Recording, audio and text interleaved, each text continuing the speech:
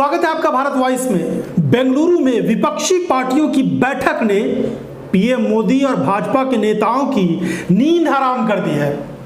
BJP के नेताओं को समझ में नहीं आ रहा है कि जो ये एकजुटता बन रही है, पूरे देश की लगभग सभी पार्टियां इस समय, जो विपक्ष की पार्टियां हैं वो इस समय बेंगलुरु में है।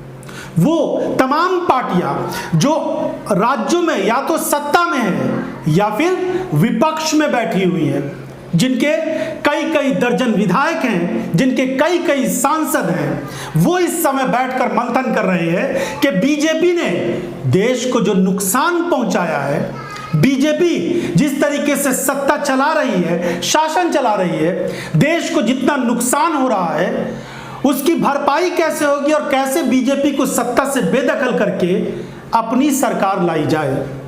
इसी को लेकर बेंगलुरु में तमाम पार्टियां एकजुट है और कल देश की राजनीति को लेकर एक ऐतिहासिक बैठक और ऐतिहासिक फैसला होने जा रहा है। कई तरह की रणनीति बनेगी, पार्टी कैसे काम करेगी, ये जो गठबंधन होगा ये कैसे काम करेगा, क्या नाम होगा, तरीका क्या होगा, इन सब चीजों पर विचार होना है। लेकिन बीजेपी नेताओं का रिएक्शन देखिए और मीडिया का रिएक्शन देखिए, बड़ा अजीब नजारा नजर आ रहा है। बीजेपी के नेता कहते हैं अरविंद केजरीवाल को, जिनके बारे में पहले बड़ा पशुपेश था कि वो इस बैठक में आएंगे कि नहीं आएंगे, आखिरकार ये फैसला हुआ कि अरविंद केजरीवाल भी इस विपक्ष की गठबंधन, जो महागठबंधन है विपक्ष का, उसका हिस्सा होंगे। और बेंगलुरु में जब अरविंद केजरीवाल नजर आ रहे हैं, ये देखिए वो किस तरीके से सिद्धारमैया जो मुख्यमंत्री हैं कर्नाटक के, उनसे मिल रहे हैं और उसके बाद वो इस मीटिंग में पहुंचे हैं। कल भी इस मीटिंग में किस तरह की रणनीति बनती है उसमें वो बड़ी भूमिका निभाएंगे। लेकिन बीजेपी के नेता अरविंद केजरीवाल को क्या कह रहे हैं? यह अवसरवादी गठबंधन है। केजरीवाल जी दिल्ली की पानी छोड़कर बेंगलोर चले गए, हाँ, जिस पर कांग्रेस खामोश है। श्रीमान मैडम ममता जी ने क्या हिंसा हुई, लोग मारे गए, लोकतंत्र की हत्या हुई, और उस पर भी कांग्रेस खामोश है। येचुरी साहब, सीपीएम सीपीआई खामोश है। अब देखिए रविशंकर प्रसाद है, वैसे तो ये एक तरह से बेरोजगार ही है, केंद्रीय मंत्रिमंडल से मोदी जी ने इनको निकाल दिया, लेकिन राहुल गांधी पर और कांग्रेस पार्टी पर निशाना साधने से ये नहीं चूकते। लेकिन इनसे क्या कोई सवाल कर सकता है? ये कह रहे हैं कि अरविंद केजरीवाल, जब दिल्ली में बाढ़ आई हुई है तो अरविंद केजरीवाल बेंगलुरु गए हुए हैं। बेंगलुरु अपने देश का ही तो हिस्सा है, वहां गए हैं, अगले दिन वो लौट कर आ जाएंगे और बाढ़ पर उनकी जो पूरी कैबिनेट है वो तो काम कर ही रही है। लेकिन प्रधानमंत्री नरेंद्र मोदी मणिपुर नहीं गए, अपने ही देश का हिस्सा है, वहां पर जातीय हिंसा हो रही है। ऐसे हालात बन गए हैं कि वहां पर सुरक्षा अधिकारियों की जान भी खतरे में है। यूरोपियन यूनियन की जो संसद है उसने भी इस पर चिंता जताई, सरकार की आलोचना की, देश की बदनामी हुई।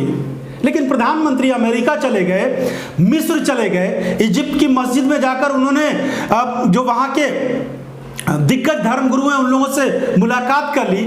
उसके बाद वो फिर विदेश के दौरे पर जाते हैं, फ्रांस गए और फिर यूएई गए, अबू धाबी में उन्होंने वहां के शेख से मुलाकात की।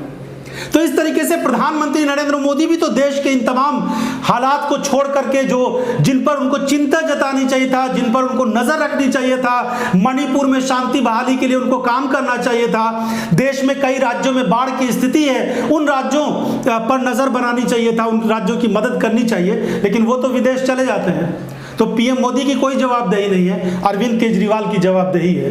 लेकिन बीजेपी के नेता ही नहीं, मीडिया भी बड़ी अजीब दुविधा में फंस गया है, करे तो क्या करे। अब बीजेपी का पक्ष लेने के लिए यह कहा जा रहा है कि बीजेपी छोटी छोटी पार्टियों को इकट्ठा करके एक कुछ बड़ा करने वाली है। बीजेपी अपने आप को और मजबूत करने की कोशिश में है। बीजेपी छोटे छोटे दलों को अपने साथ लेकर आ रही है। बीजेपी की कोशिश है कि क्षेत्रीय दलों के सहारे वो विपक्षी दलों को टक्कर दे दे। अब देखिए जो एंकर्स हैं, न्यूज चैनल के बड़े बड़े रिपोर्टर्स हैं, वो बड़ी मुश्किल में फंस गए हैं, क्योंकि देश की तमाम विपक्षी पार्टियां एकजुट हो रही हैं भाजपा के खिलाफ, और बीजेपी की जो राजनीति है उसको बता रहे हैं कि देश के लोकतंत्र के लिए वो बेहद खतरनाक है। लेकिन मीडिया की तरफ से अब ये कहा जा रहा है कि जो क्षेत्रीय पार्टी है, छोटी पार्टियां हैं, उनके सहारे एनडीए को मजबूत किया जाएगा। यानी ये मान लीजिए कि बीजेपी इस समय बेहद कमजोर है। देश के अलग अलग राज्यों से जो सर्वे रिपोर्ट आ रही है उसके हिसाब से बीजेपी की हालत बेहद खराब बनी हुई है। आप देखिए दक्षिण के राज्यों में करीब 150 सीटें, 130 से 140 के करीब जो सीटें हैं उन सीटों पर भी बीजेपी का बुरा हाल होने वाला है। कहा जा रहा है कि 125 सीटों पर तो बीजेपी का खाता खुलेगा कि नहीं ये कहना बेहद मुश्किल है। इधर अपने उत्तर प्रदेश, बिहार और पश्चिम बंगाल की अगर बात कर ले और महाराष्ट्र की बात कर ले तो इन राज्यों में भी बीजेपी की बड़ी हालत खराब है। महाराष्ट्र में एकनाथ शिंदे का साथ था ही तो फिर अजीत पवार के साथ की क्या जरूरत थी। सबको मालूम है कि एकनाथ शिंदे तो बीजेपी के साथ आ गए, बीजेपी की सरकार बन गई, लेकिन लोकसभा चुनाव में शिवसेना के जो नेता हैं उनको आम जनता का समर्थन नहीं मिल रहा है। बीजेपी का अपना इंटरनल सर्वे है उसमें ये सारी बातें आ रही है। बीजेपी को लगा कि अगर इस तरह से चुनाव लड़ा गया यानी एकनाथ शिंदे और बीजेपी के साथ मिलकर चुनाव लड़ा गया तो हालात ही बिगड़ जाएंगे, इसीलिए उस पार्टी को साथ ले आए जिस पर प्रधानमंत्री नरेंद्र मोदी ने 5 दिन पहले यह आरोप लगाया कि 70,000 करोड़ रुपए का भ्रष्टाचार किया है इन पार्टी के नेताओं ने। और उस नेता पर तो ज्यादा आरोप था जिसको राज्य का एक बड़ा मंत्रालय सौंप दिया गया, उस नेता पर सीधे तौर पर आरोप लगा हुआ था। लेकिन इस तरह के हालात के बीच बीजेपी अब सब कुछ को लेकर समझौता करने को तैयार है और अब बार बार यह खबर चल रही है कि चिराग पासवान एनडीए में आ गए, चिराग पासवान एनडीए में आ गए। अरे चिराग पासवान की तो इतनी भी हैसियत नहीं है कि अगर वो अकेले अपने दम पर चुनाव लड़े तो शायद अपना 1-2 विधायक बना ले। अलग बात है, अलायंस की अलग परिस्थितियां होती है, अलायंस में बहुत सारे नेता जीत जाते हैं, गठबंधन होता है तो गठबंधन की राजनीति लोगों पे अलग तरह का प्रभाव डालती है। तो एक बार बेंगलुरु की इन तस्वीरों को देख लीजिए कि किस तरीके से विपक्षी पार्टियों की एकजुटता है। तमाम पार्टी के नेता एक दूसरे से गर्मजोशी के साथ मुलाकात कर रहे हैं। अरविंद केजरीवाल हो, नीतीश कुमार हो, अखिलेश यादव हो या फिर बाकी विपक्ष के नेता ममता बनर्जी हो, सब एक दूसरे से मिल रहे हैं और उन्हें अब ये उम्मीद हो गई है, भरोसा हो गया है कि अगर ये विपक्षी एकजुटता हुई तो भाजपा को सत्ता से उखाड़ फेंकेंगे। और बीजेपी की यही से चिंता शुरू होती है। अब प्रधानमंत्री नरेंद्र मोदी का चेहरा भी काम नहीं आ रहा है। पीएम मोदी ने कर्नाटक में तो अपनी पूरी ताकत लगा दी, अपने नाम पर चुनाव लड़ा था लेकिन वो बुरी तरीके से हार गए। हिमाचल प्रदेश में भी ऐसी स्थिति बनाने की कोशिश की गई थी, पीएम मोदी के चेहरे पर चुनाव लड़ने के लिए पूरा हिसाब किताब बना दिया गया लेकिन वहां भी हार गए। अब कहा जा रहा है कि जो 5 राज्यों में विधानसभा के चुनाव इसी साल होने वाले हैं उसमें भी बीजेपी का सुपड़ा साफ होगा।